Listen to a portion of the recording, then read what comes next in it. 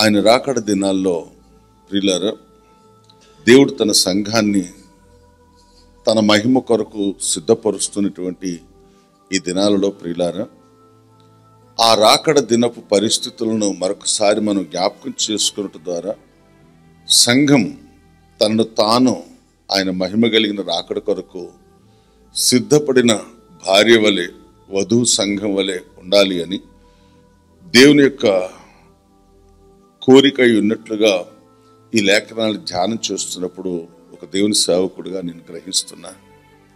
జలప్రళయం నాటి పరిస్థితుల్ని మనం ఎందుకు జ్ఞాపకం చేసుకోవాలి అని ఒకవేళ మనం ఆలోచన చేసినట్లయితే ప్రభు అంటున్నాడు, పిల్లల జలప్రళయం నాటి పరిస్థితులు మనకు అర్థమవుతాయి.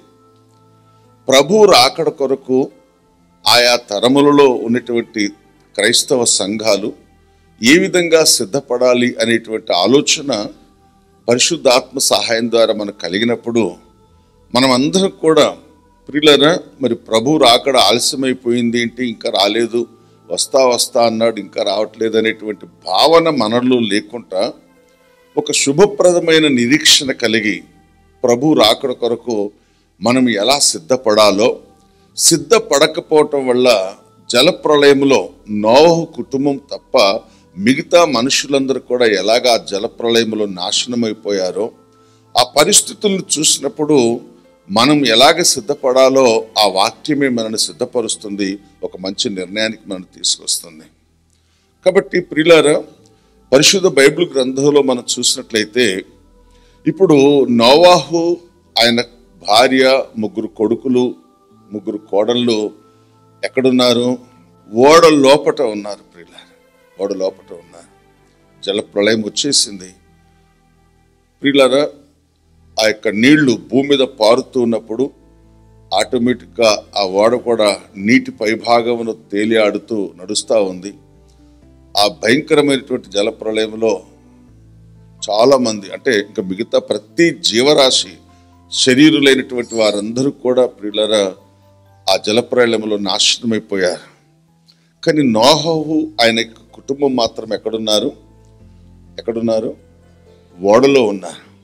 ఇప్పుడు మనం చూద్దాం ప్రియులారా, ఆదికాండ గ్రంథము 8వ అధ్యాయము 1వ వచనం నేను చదువుతాను. దయచేసి మీరందరూ కూడా చూడాలని ప్రభు పేరట నేను మనవి చేస్తున్నాను. దేవుడు నోవాహును అతనితో కూడా ఓడలోనున్న సమస్త జంతువులను, సమస్త పశువులను జ్ఞాపకము చేసుకొనెను. దేవుడు భూమి మీద వాయువు విసురునట్లు చేయుట వలన నీళ్లు తగ్గిపోయెను. అగాధ జలముల ఊటలను, ఆకాశపు తూములను మూయబడెను.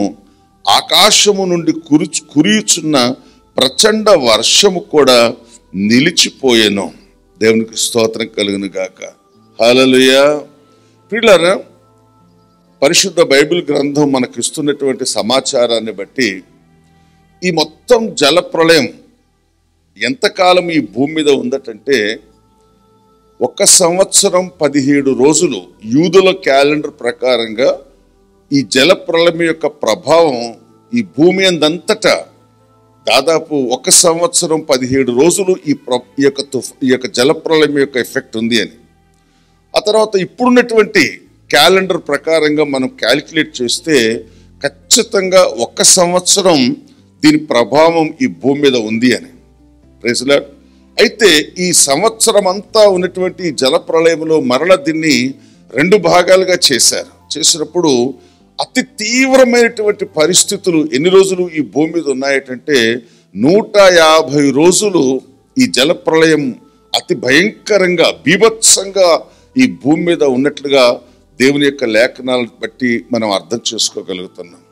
తర్వాత ఈ జలప్రళయం వచ్చినప్పుడు ఈ భూమి మీద ప్రియులారా ఎంత నీరు వచ్చింది అని మనం చూస్తే 4300 మీటర్ల ఎత్తుతో ప్రియులారా ఈ భూమి మీద ఆ జలప్రళయ కాలములో నీరు భూమి మీద ఆగిందట. ప్రియులారా 4300 అడుగుల ఎత్తులో ఉన్నటువంటి అరారోత్ అనేటువంటి పట్టణం, అరారోత్ అనేటువంటి పర్వతం మీద ఈ నోవహు ఓడ ఆగిపోయినట్లుగా పరిశుద్ధ బైబిల్ యొక్క లేఖనాలు మనకు సెలవిస్తున్నాయి.